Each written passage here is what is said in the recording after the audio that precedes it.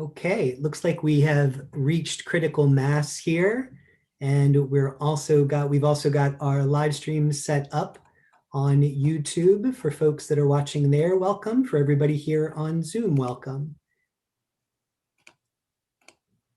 Hi, folks. My name is Johnny Zukovich. I'm the Executive Director of Pax Christi USA, and we're glad to have you here with us today for what is the third of our 5 sessions for the Advancing Nonviolence Study Circles.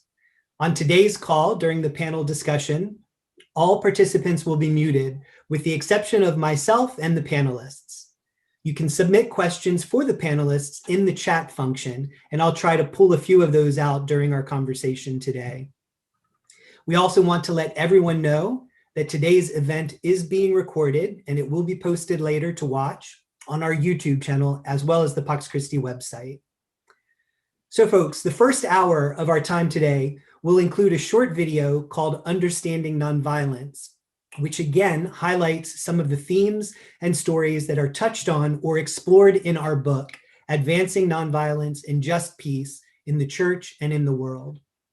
After the video, we'll be hearing from today's panelists as we dive deeper into part 2 of the book, which focuses on the foundations of nonviolence within the history and practice of the church.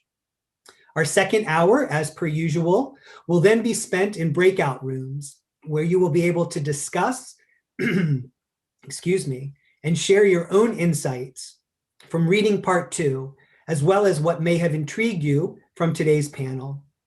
The packets that you received as participants in the study circles contain suggested questions for this section, and you can refer to those as well as the more general questions which were sent to you in yesterday's reminder email to help start and foster the discussion in your breakout rooms. So we'll begin with a short film that we're going to watch called Understanding Nonviolence, which was prepared by Pax Christi International as part of the Catholic Nonviolence Initiative. So give me just a second here to share my screen, and we'll watch the video.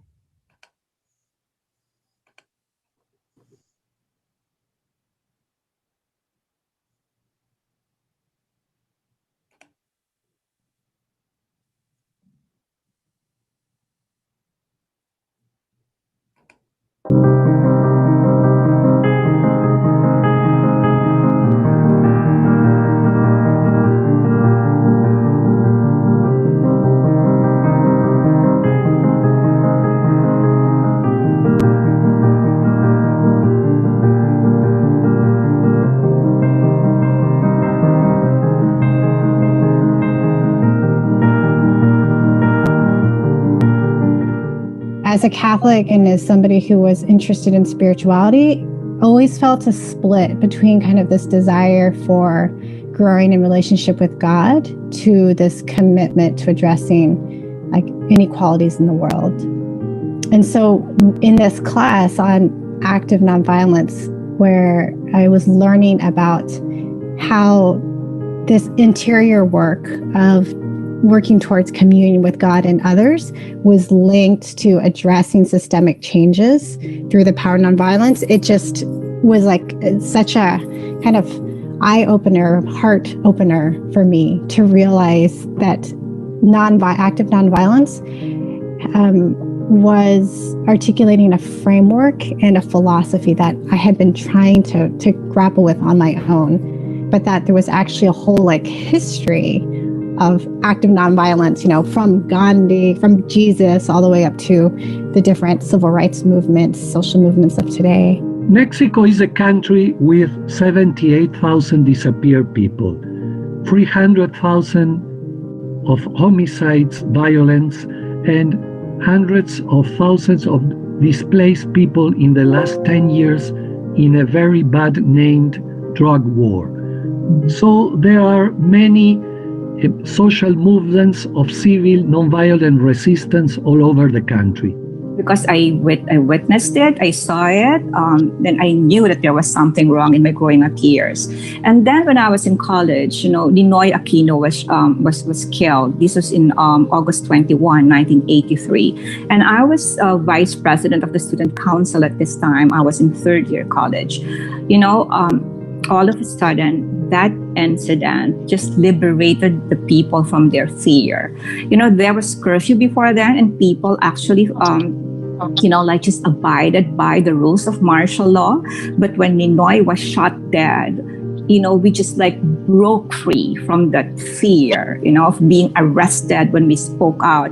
So suddenly the people, marched down the streets of Manila and, in key cities of the Philippines, and, calling for justice, justice for Ninoy or justice for Senator Aquino. So I remember that, almost, I don't know if it was every day, but my classroom was the streets of Manila. I still remember these guys who was a commander of Selekas, anti-Balakas, people who really destroyed mosque. And during the process, at some point of time, he came to me and tell me, I am going to change. I'm going to become a peace builder. And just after we finished the workshop, we wanted to have a celebration to start the peace process in the country. And the same night, there was an attack where other people were killed. And I was convinced that something bad was going to happen. But I received a call from this guy who said, I will do peace. Out there are still people who do not understand how violence is really destroying themselves.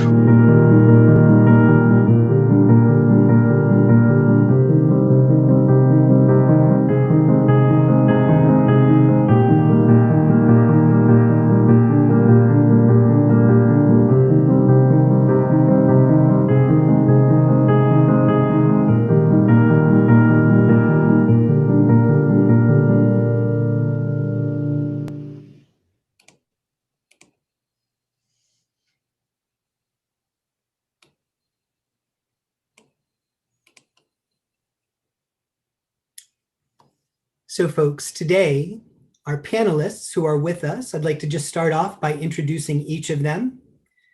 Jeanette Rodriguez is professor at Seattle University and teaches in the Department of Theology and Religious Studies, Women's Studies, and the Couples and Family Therapy graduate program. She also serves as director of the Institute for Thought and Culture. Jeanette is the author of several books and articles concentrated in the areas of U.S. Hispanic theology, theologies of liberation, peace building, and women's spirituality, which include books like Our Lady of Guadalupe, Faith and Empowerment Among Mexican American Women, Cultural Memory, Resistance, Faith, and Identity, and most recently, A Clan Mother's Call. She has served as a board member for the Academy of Hispanic Theologians in the United States and as vice chair of Pax Christi USA. Mark Tumainski is a professor of theology at Anna Maria College, concentrating on biblical and theological understandings of peacemaking, war, and nonviolence, and addressing violence that occurs in healthcare and social service settings. Mark received his PhD at the Maryvale Institute, Liverpool Hope University in the UK, and his doctoral research was on communal practices of Christian peacemaking, particularly at the parish level. And Mark is an active participant in the US cohort of the Catholic Nonviolence Initiative. Dr. Terrence Rinn is the founder with his wife, Sally, of the Center for Peacemaking at Marquette University.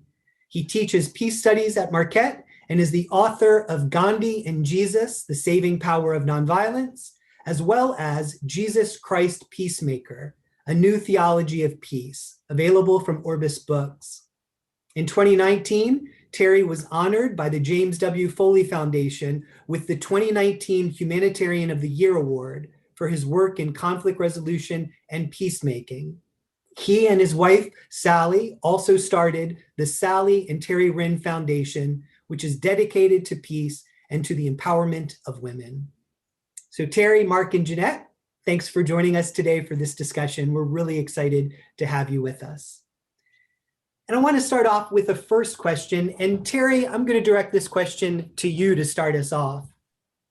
So the section of the book that we've been reading, Advancing Nonviolence, it's organized along three main headings, examining the foundation of nonviolence in church documents, scripture, and the development of nonviolence theologically. So let's start with scripture. Where do you find the most compelling biblical evidence for nonviolence as a central principle of Christian faith and practice? Are there stories or examples that you would point to as being particularly foundational? And that question's for you to start off, Terry. There are three very important examples, but first a bit of a context. Why is nonviolence arising as the central teaching for the Catholic Church? Why wasn't it there all the days of our growing up? And I think there's a couple clear answers. We're leaving behind natural law thinking, and thank goodness we're beginning to base our thinking about war and peace on the scriptures. But Karl Rahner wrote a wonderful article years ago, and he said there's two Christologies, one from above, one from below. And what he meant was, as we concentrated on John's gospel in particular, we saw Jesus as God. Now, with the rejuvenation of scripture studies, if you think we begin to focus on the three, Matthew, Mark, Luke, and John, and the life of Jesus, our creeds, as you think about them, the Apostles' Creed, Jesus, born of the Virgin Mary, suffered under Pontius Pilate, died, and was buried. I'd ask you, is there anything missing? We jump from he was born, he was crucified. How about his life? And Jesus' life begins to be normative for us. So there's a combination of teaching, but even more impressively, practice. If you read Mark's gospel, it's one extended example after another of Jesus confronting structural violence in his time. The way the Sabbath was misinterpreted, the way the Torah was misconstrued, and the way the temple was mismanaged. So here are the three. The first, of course, is the Sermon on the Mount. When Gandhi first read the Sermon on the Mount at age 19, he was studying for the bar in London, and it knocked him over. And he read the Sermon on the Mount every day of his life with his followers, every day thereafter. Jesus, for him, was the prince of this satyagrahi. So, Sermon on the Mount, what did he find? You have heard it said, an eye for an eye and a tooth for a tooth. That was a big jump from, you take an eye, I'll take your life. But I say to you, if someone strikes you on the right cheek, turn to him the left. If somebody takes your coat, give him your cloak. If somebody presses you to go a mile, Roman soldier, go 2. What stood out for Gandhi? A lot of times that's understood as don't resist evil. No, it's just the opposite. There are a couple of clues to understanding the passage. I trust many of you have heard this exegesis, but it's so important. The first clue is why? Right cheek. Do with me the physics. Until you do it, you don't get the right cheek. Okay, somebody strikes another. In that culture, you can't be using your left hand. It's only used for unseemly tasks. So, right fist, right cheek. How do you do that? Oh, it's a backhanded slap. It's a slave owner to a slave, an abusive husband. And Jesus says, don't cower, don't cry, don't run. Look the person in the eye, say, I'm not cowed, and slowly turn your left cheek, opening to you you to a fist from your opponent, but you're trying to communicate you are better than that. So this is being a protagonist. It is jujitsu resistance, and so on for the other examples. So much more can be said, of course, about the Sermon on the Mount. The second, very important, is when Peter takes out his sword. If there's any time in history that just war, just defense is legitimate, it probably is that moment. We're talking about the Son of Mary and the Son of God to protect him. And Jesus says, put away the sword, put it back in its scabbard. Those who live by the sword die by the sword. As Tertullian, who was the crusty lawyer from North Africa, converted to Christianity, after he witnessed their bravery under persecution, he said, when Peter cut off Malchus's ear, Jesus cursed the works of the sword forever after. These are the last words Jesus spoke to the church.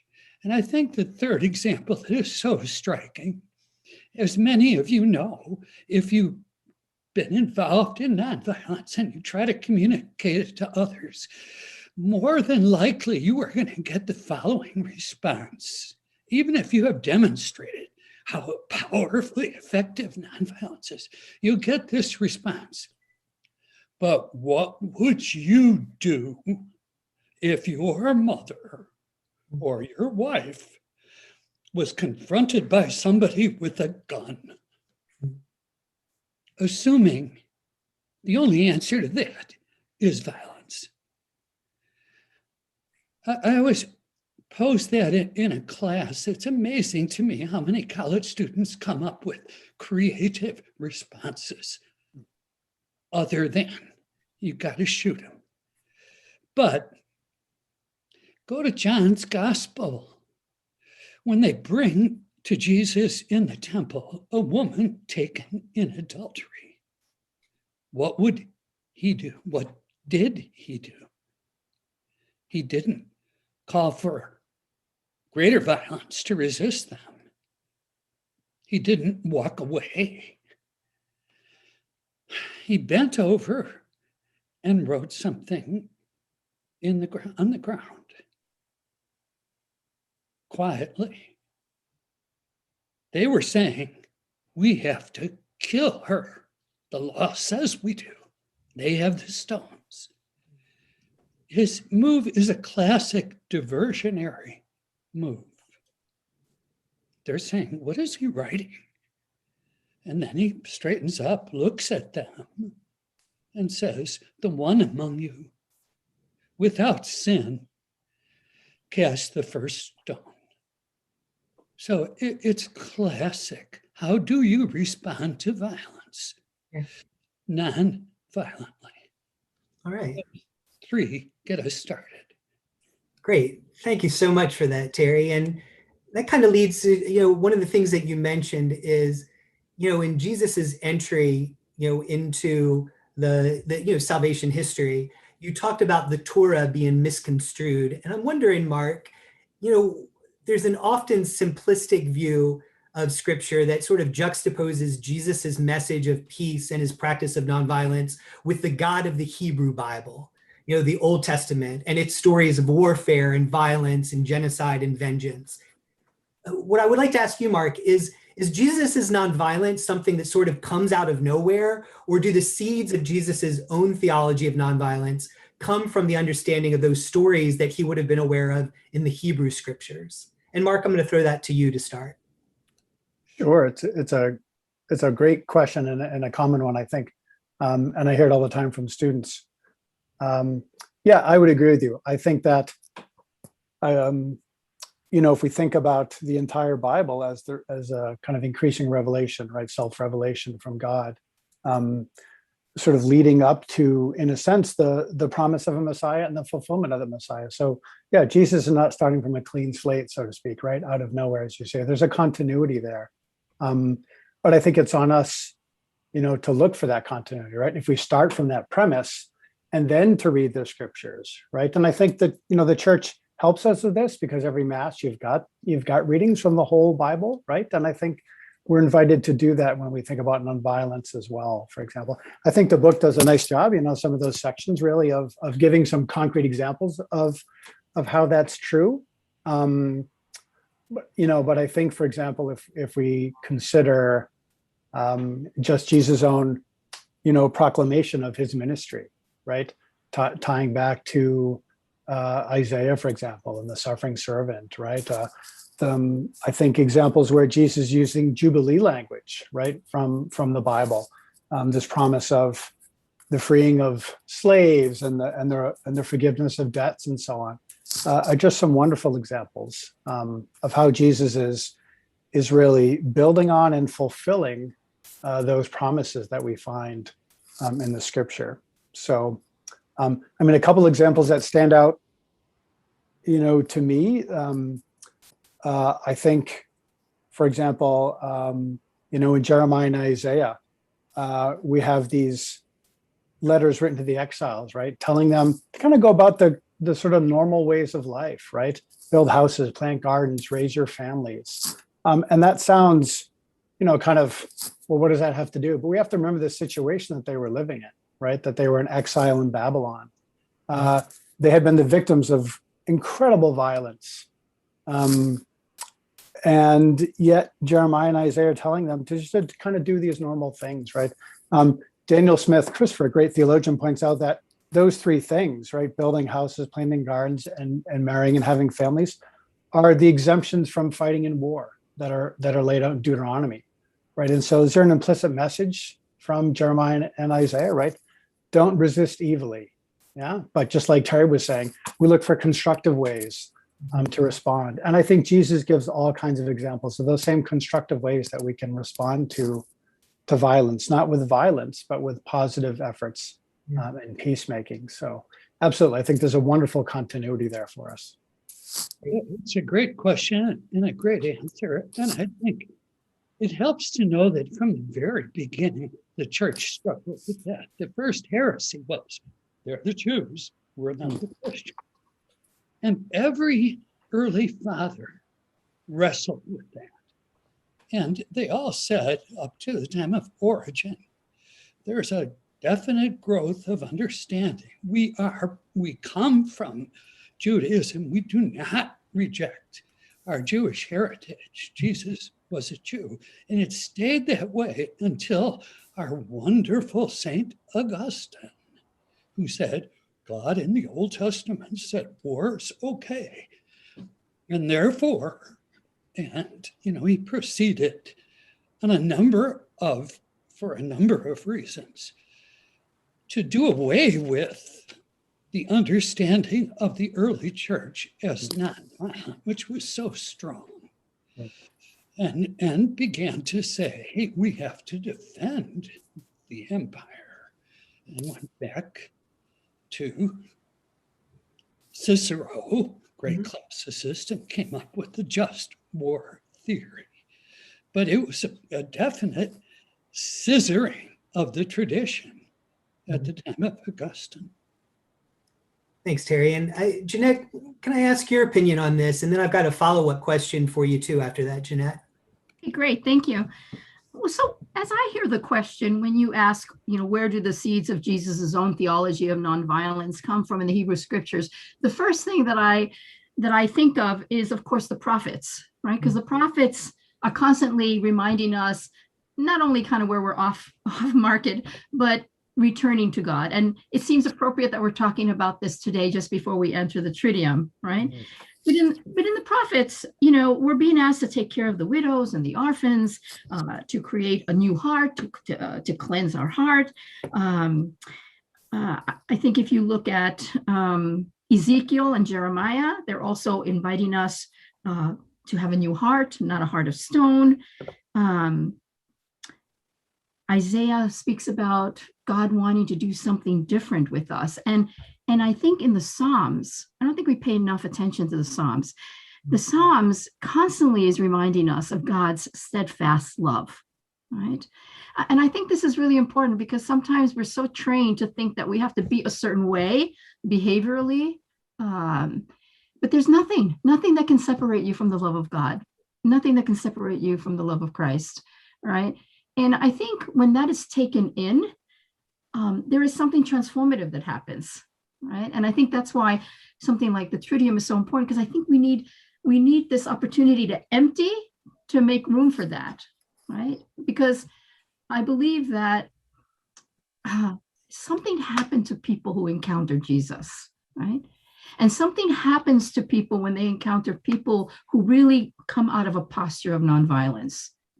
And I'll maybe talk about that a little bit later, but that shift, I think, is really important to not only recognize, identify, but nurture and sustain. Jeanette, let me follow that up too. One of the stories that Terry mentioned was the story in John's gospel, the woman brought before him, that had been caught in adultery and, whether or not she should be stoned and stuff. And when we look at scripture, gender violence and oppression can be found throughout our scriptural stories. Does Jesus's own ministry and practice, do you think it upholds or does it undermine like gender biases of cultures, not only his own time, but like within our own time as well? Okay, that's a really big question, Johnny. It's huge, very huge. And I don't think I should be the only one to answer it just because I'm a woman, but I will certainly start the conversation. So first of all, let me just say a few little bullets here. Number one, I do think that Jesus challenged the conventional patriarchy of his culture, not all of it, right? And I do believe that Jesus depended upon the ministry of women. And he wasn't ashamed to receive that ministry from them. So I think this kind of stuff should be, taken into consideration. And of course, I can give you some examples. If you take a look at, for example, Luke chapter 8, you have a passage there that explains the presence of Mary Magdalene and Joanna and Susanna and many other women, right? Number two, I think he redefined the ways humans relate to one another by receiving the outcasts and the marginalized into his community, right? And again, Luke was great telling the story about the woman with the bad reputation, et cetera, et cetera. So I think he broke conventional boundaries. So in his culture, for example, when he included women as teachers and disciples, right?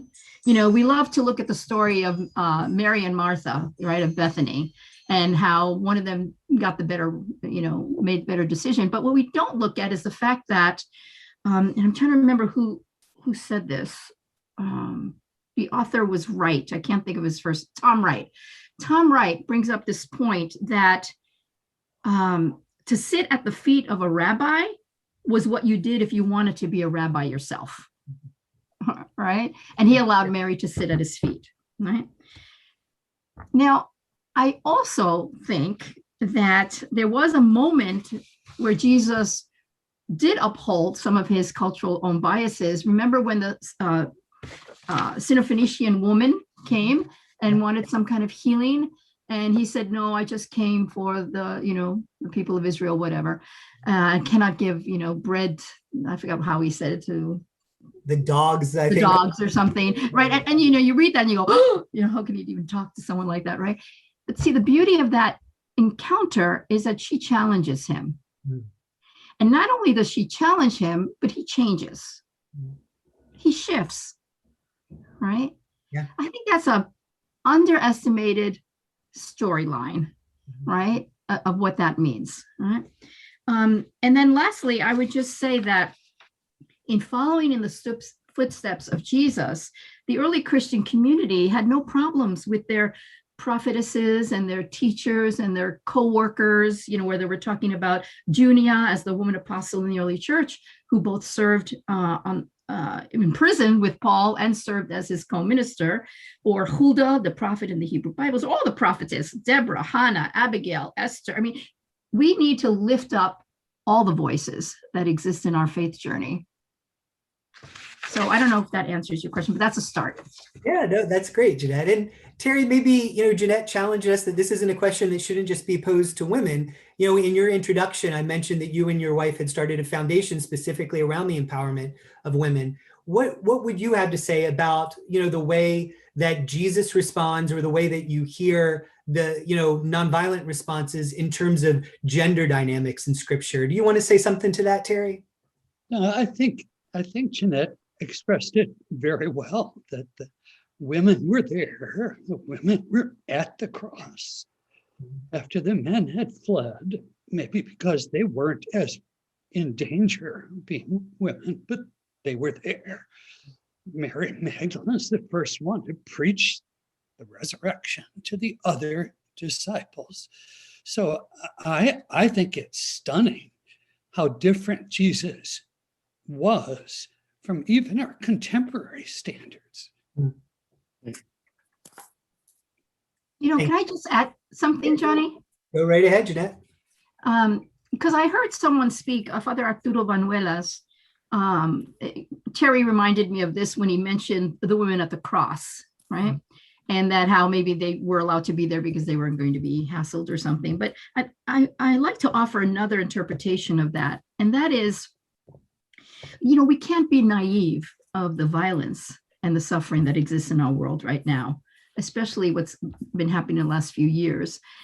And I think that this image of Mary and the women at the cross, for me, speaks about our ability to be present to that kind of brutal suffering, right? I'm not really sure where I want to go with this, but there's something I want to say about, at least for myself, when I first got involved with Pax Christi, I think you might remember, Johnny, I had just returned from Latin America and I was not violent. I didn't think it could work. And, I was really hesitant about it. And I had to go through my own sort of conversion process. And it was because of the level of brutality that I was exposed to. It was just unimaginable that one could respond in any other way. And it was the people themselves, those who suffered that kind of oppression, that really manifested, and in so doing taught me really the power of nonviolence, right? And the transformative element to nonviolence, and the need to have a practice to be nonviolent. It's not something that you just wake up one day and say, I think I'm going to be nonviolent. It's sort of like being an alcoholic. You have to choose every single day not to drink, every single day not to strike back. But there's something about this ability to be present, right? This capacity to be in solidarity with those that suffer, and maybe not be able to do something about it. And maybe we'll talk about that a little bit later. Thanks, Jeanette. I think, this is, again, I wanted to start with scripture because really that's, these are the stories from which, everything flows, and it's sort of foundational. But also in this section of the book, what gets outlined is, the threads of nonviolence of nonviolent thought that run throughout church history, in papal documents and in other church teachings. And I think we've seen Pope Francis make some contributions to this sort of history of nonviolence within the church. And so maybe, Mark, if I could direct this to you, do you see a sense that there is a greater emphasis in Pope Francis's own teachings, the encyclicals and the World Day of Peace messages and other pronouncements, which elevate the church's commitment to nonviolence? Mark. Yeah, I have to think about that. I think, in a certain way, he's doing it in his own way, right? And I think I might, and sometimes I have to challenge myself to do this. I do think we've seen, even in like back to John the 23rd, was starting the World Day of Peace messages, right? And John Paul II and Benedict talking about nonviolence as the nucleus of the Christian revolution. So I do think we can find some threads there.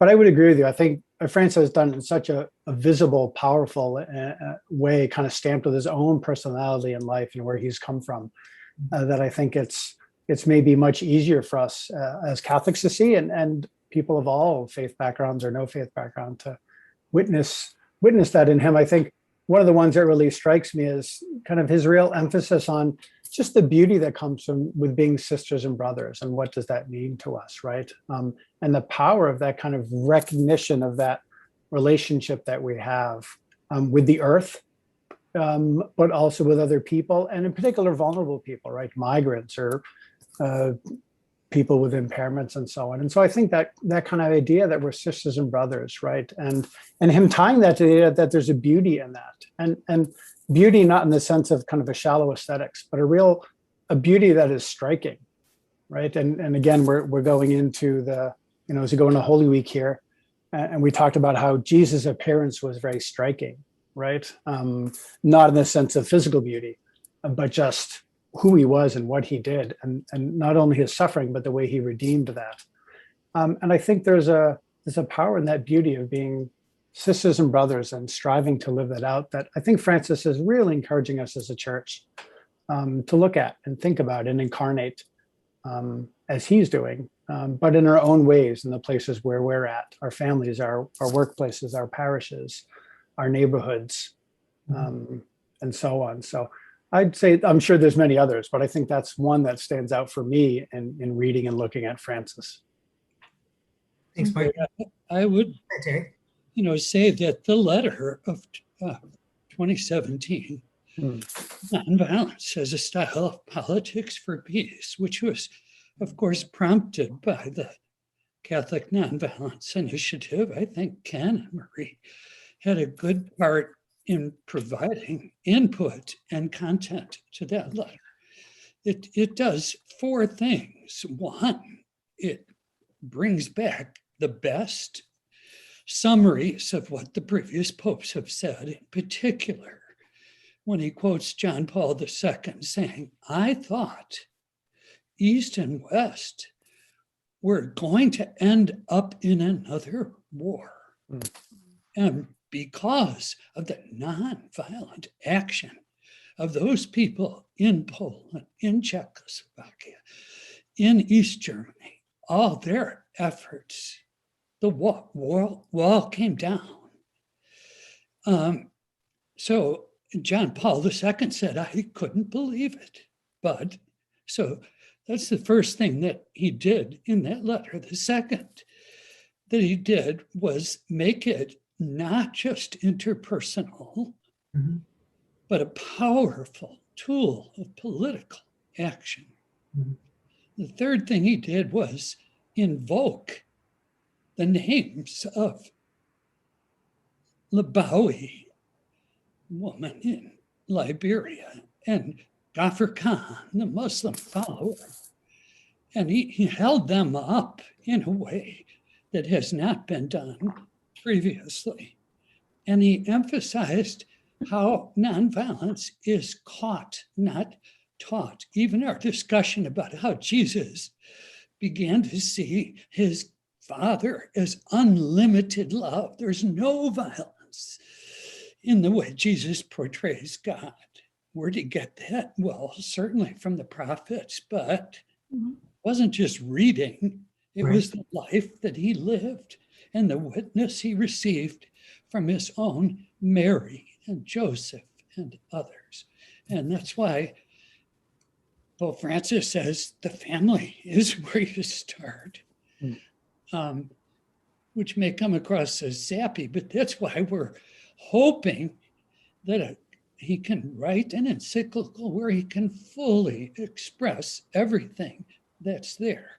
And finally, in Fratelli Tutti, he says in footnote 242, we used to teach the just war theory, which we no longer hold. That's a big step. Gets a lot of people upset, but he's now done it in the recent encyclical. Yeah, one of the things that strikes me, Terry, in this last section of the book, there's really a closer look at how the theology of nonviolence, it's increasingly being developed and explored in all levels, in all aspects of the church. It's really, quite easy to see how it impacts things like just war theory. But I wonder, maybe Jeanette, and I'll direct this to you first, is that in your particular area of specialization, what key developments do you see being made toward a theology of nonviolence, like within Hispanic or Latinx theology or feminist theology? What's the intersection there, Jeanette, that you might develop a little bit for us? Again, that's a really big question, Johnny. These are not simple questions. We're just breaking it open. The what? We're just breaking it open a little bit. So first I want to say, back to the question we just talked about, the fact that Francis consciously chose nonviolence as the theme for his message to the world, New Year's Day 2017, I think is really powerful. But what I found really even more interesting, and I think will have an impact, is that he's not using natural law theory as the basis for the church's teaching on war and violence. He's going straight to the Gospels, right, which we mentioned earlier. And I think that's important. And so when you ask me this question about new developments, as a Latin American liberation theologian, I have learned so much in the comunidades de base, the small base Christian communities that ground everything in the reading of Scripture. And what I find is that, you only need to look and retrieve the biblical stories of women and widows to see something really powerful happening. Jewish scholar Jill Levine writes that biblical widows are the most unconventional of conventional figures. And she writes, quote, "Expected to be weak, they move mountains. Expected to be poor, they prove savvy managers. Expected to be exploited, they take advantage where they find it." Right. And so story after story of these women, the women bent over, who finally, is able to stand up. These women who believe in the promises of God, the God of Abraham and Sarah. And before the disciples and before Jesus, it was Elizabeth and Mary who had to say yes first. Right. So I think to retrieve that and to be nurtured by that is super important. So that's one source, right? Returning and retrieving the lost voices and experiences that are in there in Scripture that are just beginning to sort of surface. The second voice or contribution, I think, has come from the Church of the Martyrs of Central America and Latin America. I'm thinking in particular, John Sobrino, Ignacio Yacoria, the Jesuit martyrs, their housekeeper and her daughter, the four Maryknoll women, which unfortunately the women always sort of get dropped when we celebrate these things. But I think it's important to lift these up. And these are the icons, if you will, but I'm a border theologian. I do what's called theological ethnography. I believe in the sense fidelium. I believe in lo cotidiano. I believe in the faith that is lived out and practiced in daily life, right? And that's a source worth exploring, worth lifting up, worth bringing to the table of theological credibility, if you will, right? And so I want to share one story that gets at this capacity that I was talking about earlier, or what I call capacidad, the ability to. So there's a story, and it's in the book, of these migrants that are crossing the desert, Satan's land, where many people die. And there's this Samaritan group kind of overlooking the canyons, right? Canyons to see. And the migrants are coming across, and the Good Samaritans yell out, "Is everybody okay? Do you have any food? Do you have water?" And the people kind of huddle together, right? Because they're scared. They don't know who these guys are. And then one comes out of the group and says to them, "We don't have any food, but we have some water that we can share with you." Right? We, the migrants coming through the desert who have nothing, we have water we can share with you. When I heard that story, I was totally blown away, because what makes it possible to have that capacity, right, out of your own limitation, right, to care for the stranger, right? So when you ask me about these other sources, for me, these are the important sources. Right? I'll just leave it there. Thanks, Jeanette. And Mark, again, I would pose the same sort of question to you. One of the things in your bio you talk about is, the work that you've done within like social services and healthcare. Those are not traditional areas that we think about nonviolence in. Is there an intersection? Is there a connection with those and with that kind of work or that kind of theology happening around healthcare and social services? Yeah, I mean, certainly for me, there is now. Some of this is probably more aspirational at this point, but it's certainly something I'm interested in. But because I do think that, and again, I think Pope Francis is really drawing our attention here, right? There's a great vulnerability in many of those places for people who are friendless or who lack certain abilities and competencies or are just unknown, which I think is probably the biggest vulnerability. That they may be the victims of structural violence and sometimes even outright violence in the form of abuse and so on.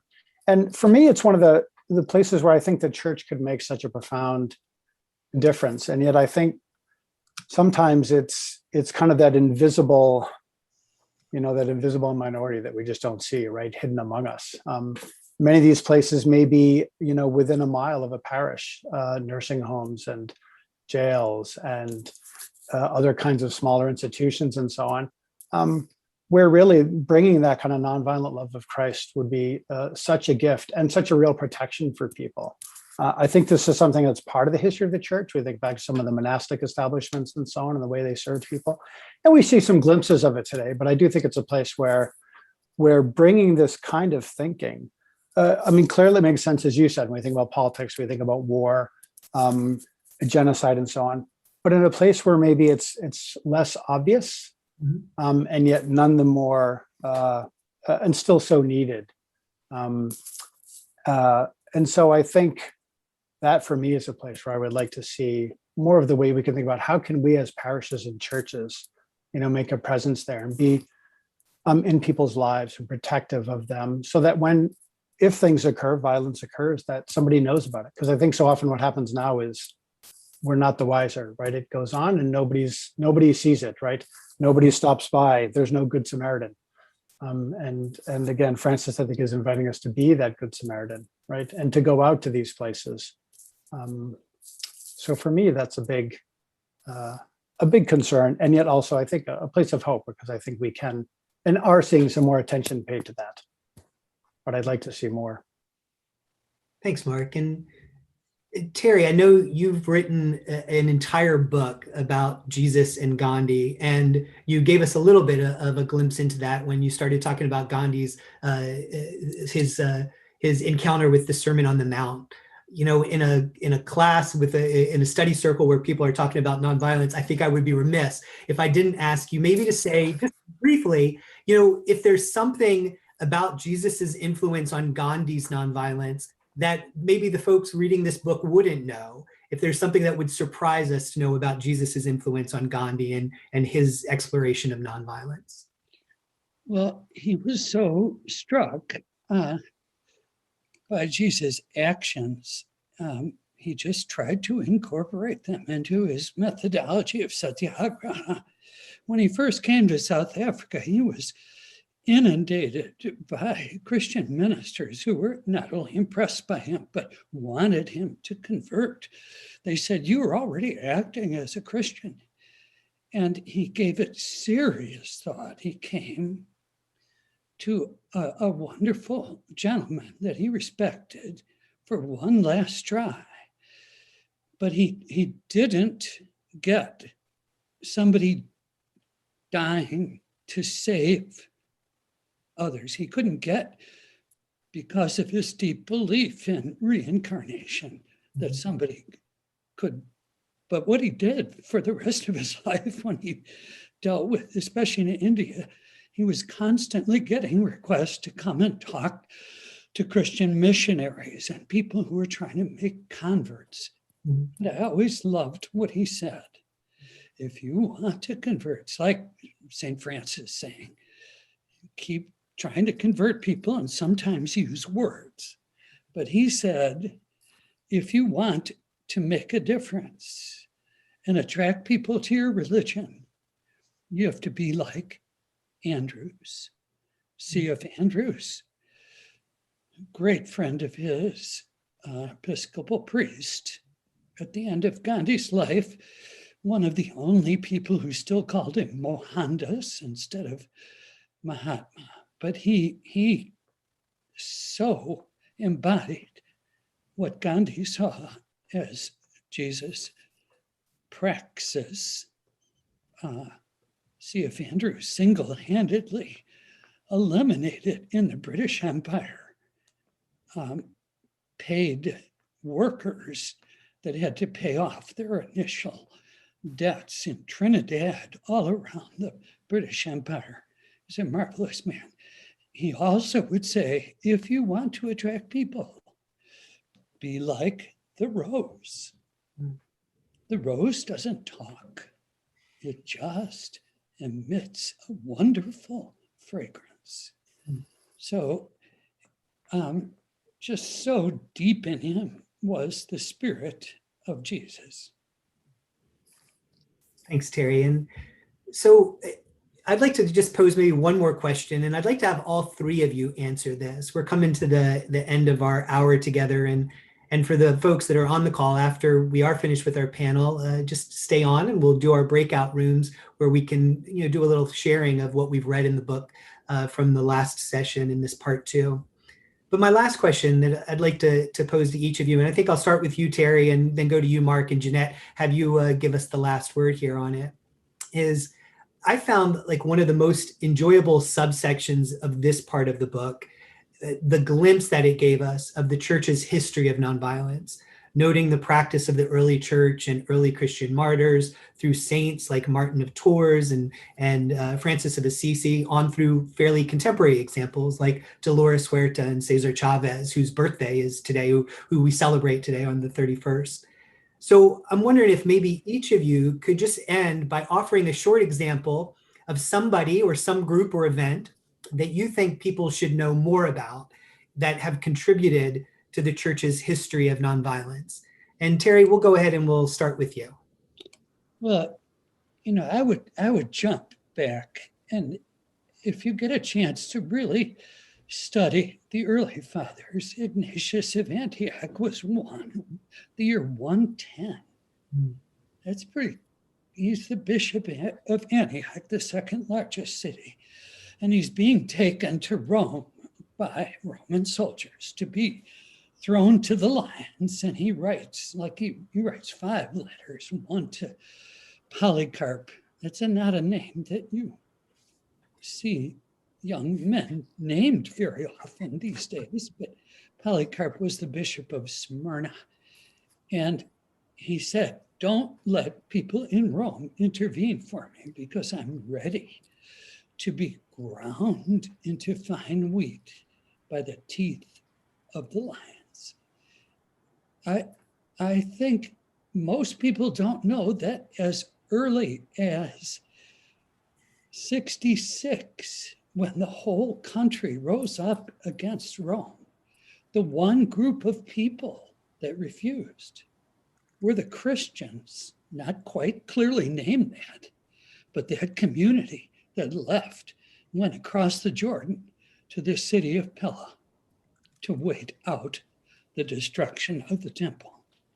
So that early, the message of Jesus that you don't take up arms, you don't kill, was clear even in that first century. Thanks, Terry. And Mark. I think probably most of us are familiar with the conscientious objectors, right? World War I, we think of Ben Salmon and so on.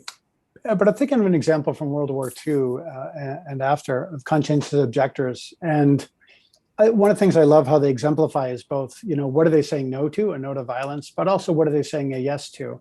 And there's a wonderful piece of history of the conscientious objectors in the US in Second World War, many of whom were, members sent in the public service, right? Sent to different places to work. And some of the places they were sent relates back to my earlier comment. They were sent to large institutions, people with psychiatric conditions and so on.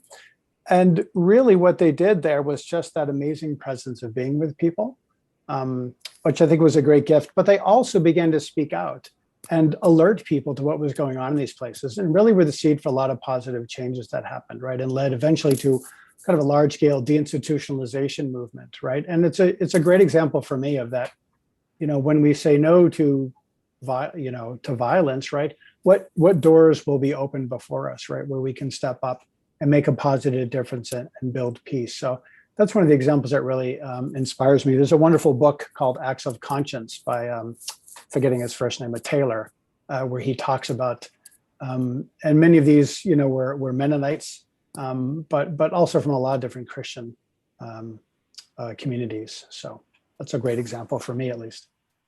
Thanks, Mark. Yeah, and I'll just throw in there, Gordon Zahn, one of the co-founders of Right. USA, is one of those CEOs. Yeah. Jeanette, you've got the last word here for us. Fittingly. And you need to Yeah. Sorry, can you hear me now? Gotcha. Okay. So apart from all the wonderful icons that we always lift up, I also want to lift up our young people. Historically, a lot of the social movements were initiated by students or by young people. Certainly Nashville, Tennessee, BLM, you can think of Taiwan, Latin America, et cetera, et cetera. And these are young people who maybe their theological questions are different than ours, our generation, but they are very conscious of wanting to actively be involved in creating something different. And I'm really inspired by our young people. And so Theo de Chardin said that the future belongs to those who can offer hope to the next generation. So that's my hope, that we can offer hope. Thank you, Jeanette and Terry and Mark. We're just really grateful to have had your wisdom, to be able to hear your insights about this section of the book and your own work around nonviolence. And just on behalf of everyone on the call, just give you a round of applause. Thank you guys. Thank you. For joining us. Thank you, Johnny. Thank you, everyone. Thank you. My pleasure. Good questions. Big questions. Thanks so much, Terry. I appreciate it. Okay, and now what we're going to do, folks, I'm going to just take a second here. I'm going to turn off our